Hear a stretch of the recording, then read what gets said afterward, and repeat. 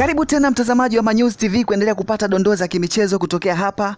Bwana, golikipa nambari 1 wa klabu ya soka ya Young African Sports Club, raia wa nchini Mali, Djigui Diarra amejikuta akizua gumzo mitandaoni baada ya mchezo wake wa siku ya hapo jana wa ligi kuu NBC Tanzania bara uliochezwa jijini Dodoma katika uwanja wa Jamhuri Stadium, uliowakutanisha kati ya klabu ya soka ya Mtibwa Sugar FC dhidi ya klabu ya soka Young African Sports Club, mchezo ambao ulimalizika kwa kutoka sare ya goli 1-1.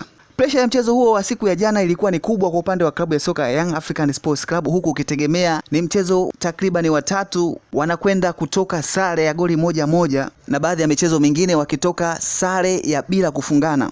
Presha hiyo ilikuwa kubwa zaidi hususan kwa mchezaji wa golini Djigui Diarra baada ya kuonekana mara kadhaa akihamaki na kupinga maamuzi ya referee akiwa anatekeleza wajibu wake wa kutoa adhabu kwa mchezaji ambaye anaonekana amefanya kosa kwa upande wa klabu ya soka ya Young African Sports Club.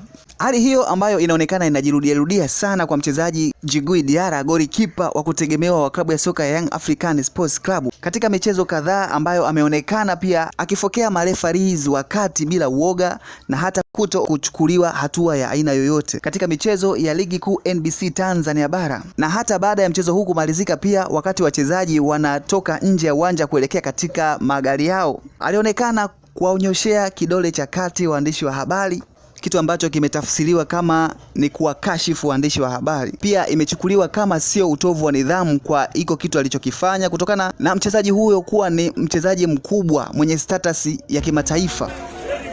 Okay, thank you. Diarra tukana na waandishi wa habari.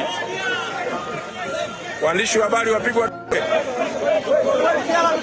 Sasa watu pamoja na wadau wa soka na wachambuzi mbalimbali kutoka katika vituo vya radio pamoja na televisheni, wengine katika mitandao ya kijamii, wakiendelea kuizungumzia hii issue, wakitaka kamati ya masaa 72 ya uendeshaji na usimamizi wa ligi kuu ya NBC kulishughulikia hilo, ikiwezekana apewe angalau adhabu ili endelee kuheshimu taratibu pamoja na kanuni zilizowekwa na kuheshimu marefarees akiwa uwanjani.